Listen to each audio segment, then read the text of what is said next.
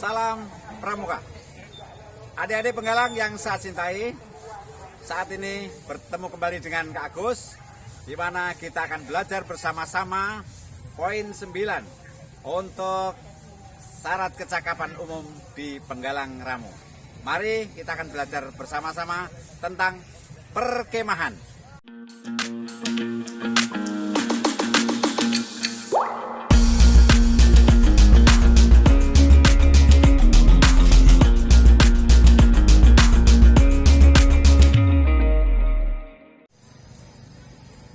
Adik-adik akan saya sampaikan tujuan pembelajaran di saat ini. Yang pertama, bagaimana kita memilih tempat berkemah yang baik, yang memenuhi syarat.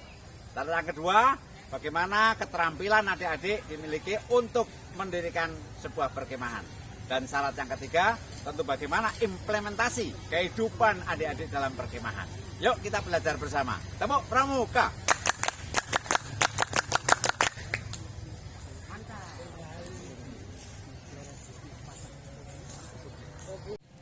Baik, adik-adik penggalang yang saya cintai, bahwa di SKO penggalang ramu khususnya adalah kita harus memenuhi syarat perkemahan 2 hari. Dan bagaimana persyaratan untuk mengadakan perkemahan dan kegiatan selama di perkemahan selama 2 hari ke depan akan kita ikuti bersama. Adik-adik sekalian, tentu kalau kita akan menyelenggarakan sebuah perkemahan, kita akan harus kenali dulu lingkungan perkemahan seperti apa yang kita pilih. Tentu harus ada halaman atau tempat yang cukup luas untuk berdirian tenda dan lain sebagainya. Kemudian tempatnya rimbun, dan jangan lupa harus kita cari sumber air yang utama. Tentu juga ada penerangan yang perlu, apa penerangan itu kita datangkan atau penerangan memang yang sudah ada di situ. Nah, tempatnya mestinya harus datar, tidak terlalu miring, kemudian tidak terlalu banyak lubang dan sebagainya. Itu untuk tempat perkemahan. Di lain itu, adik-adik tentu harus memiliki beberapa alat yang dipersiapkan untuk di perkemahan. Contohnya, kemudian adik-adik harus siapkan pertendaan, harus persiapkan gapura agar itu seperti rumah kita betul. Terus kemudian kita harus siapkan pertendaan, dapur dan sebagainya sebagai perlengkapan. Dan jangan lupa kita harus tempatkan pula tempat-tempat untuk ibadah. Misalnya bagi yang muslim bisa menjalankan sholat 5 waktu. Nah, itu harus tempat itu kita atur sedemikian rupa sehingga bisa tertata. Kita lanjutkan adik-adik. Adik-adik, setelah kakak nanti sampaikan tempat yang harus kita pilih untuk perkemahan, tentu yang tidak boleh adik-adik lupakan adalah keterampilan yang harus adik-adik miliki. Tentu bagaimana keterampilan mendirikan sebuah tenda, keterampilan membuat pengaman tenda, keterampilan mendirikan tenda dapur, dan yang tidak kalah pentingnya, adik-adik harus punya keterampilan untuk memasak. Namun sebelum itu semua, pastilah mendirikan tenda itu sebuah pekerjaan yang mengasihkan. Dan adik-adik harus tahu bagaimana simpulnya, bagaimana pasak dan sebagainya, bagaimana memilih tempat agar tenda itu bisa berdiri dengan bagus dan sebagainya. Itu kira-kira yang harus adik-adik miliki untuk keterampilan di mendirikan tenda. Nanti akan kita lihat contohnya. Baik adik-adik, sekarang kita akan mendirikan tenda untuk di sebuah perkemahan. Perlengkapan apa saja adik-adik yang kalian siapkan sebelum kalian mendirikan tenda? Siap kali. Siap tempat. Siap masak. Adik-adik sudah siap? Siap. Siap. Laksanakan.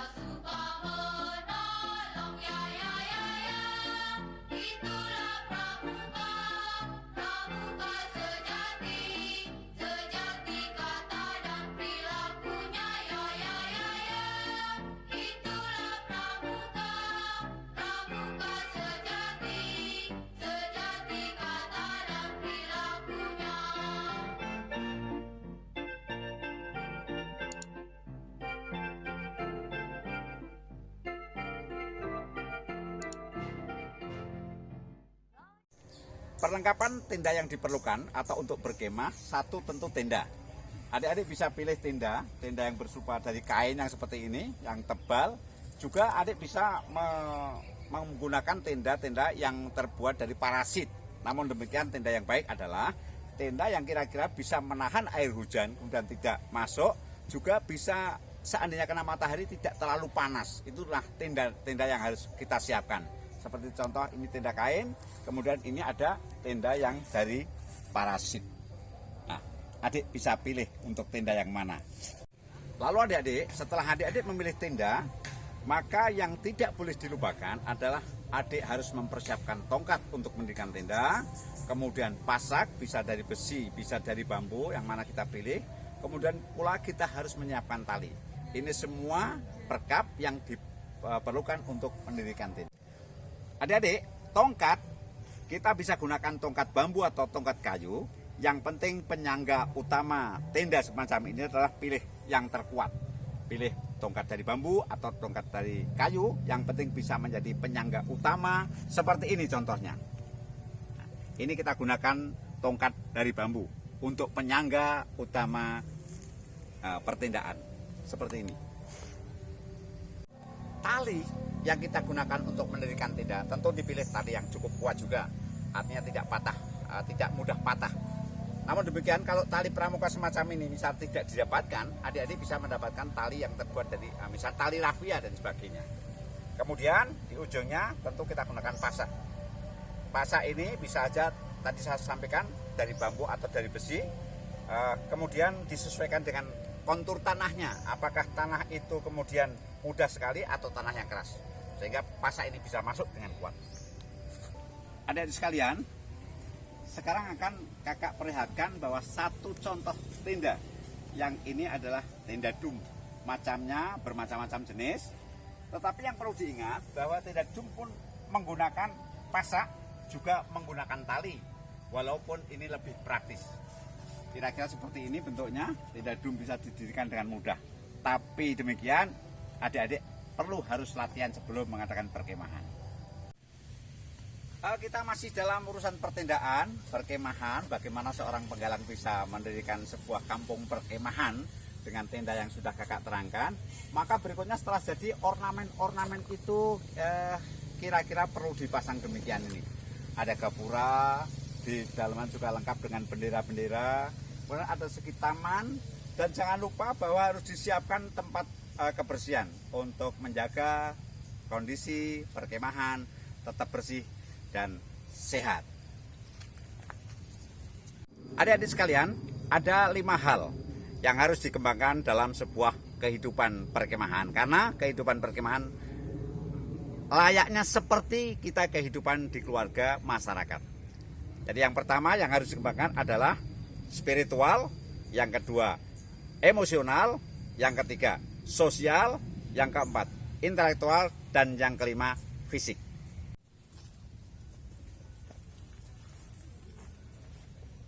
Adik-adik, bagaimana implementasinya kehidupan di perkemahan tentang kehidupan spiritual? Tentu yang pertama kita harus menghargai sesama teman yang beragama lain untuk beribadah menurut agamanya. Bagi yang muslim tentu saja selantiasa diadakan sholat berjamaah, bagaimana seluruh peserta itu bisa melaksanakan sholat berjamaah. Dan kepada yang non muslim tentu diberikan kesempatan untuk beribadah menurut agamanya masing-masing, dan itu harus kita hargai.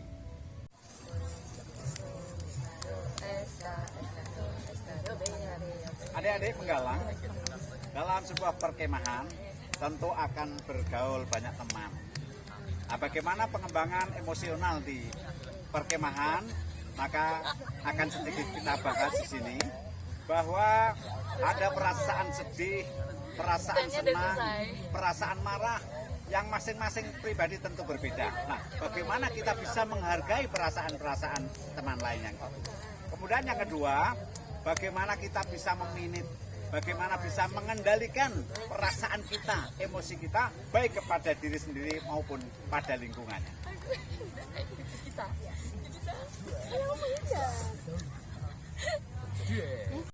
Adik-adik, dalam kehidupan di pertendaan, sebuah perkemahan tentu akan terjadi saling hubungan dengan teman-teman yang lain. Disinilah segi sosial sangat diperlukan.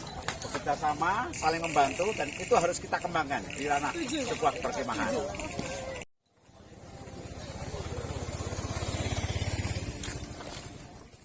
Adik-adik, bagaimana pengembangan intelektual di sebuah perkemahan?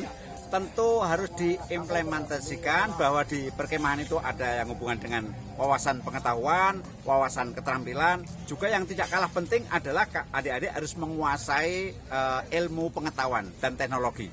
Ini yang perlu dikembangkan. Jadi keterampilannya oke, pengetahuannya adik-adik oke, juga ipteknya, ilmu teknologinya adik-adik silakan diimplementasikan dalam kehidupan di pertendaan.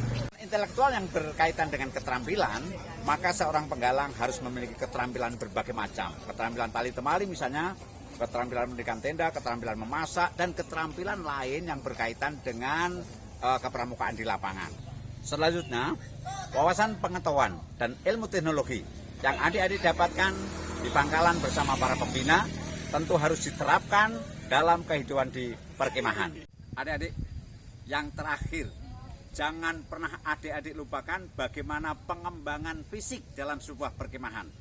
Tentu harus dijaga kebersihan, kesehatan. Dengan cara seperti apa? Tentu harus mandi yang teratur, makan yang sehat dan teratur dan bergizi, serta cukup olahraga. Dan jangan lupa adik-adik harus cukup pula istirahatnya, sehingga fisik tetap prima dalam kehidupan perkemahan. Adik-adik penggalang yang kakak cintai, demikian tadi bagaimana kita sudah mempelajari bersama tentang kehidupan di perkemahan. Silahkan adik-adik praktekkan dari pengetahuan kakak pembinamu untuk diimplementasikan kehidupannya dalam sebuah perkemahan. Dan jangan lupa, setelah selesai mengikuti kegiatan, adik buat laporan bahwa adik sudah melakukan kegiatan tersebut kepada kakak pembina. Demikian, kita akan ketemu lagi dalam kegiatan yang lain. Ikhlas Bakti Bina Bangsa, berbudi bawa laksana. Salam Pramuka.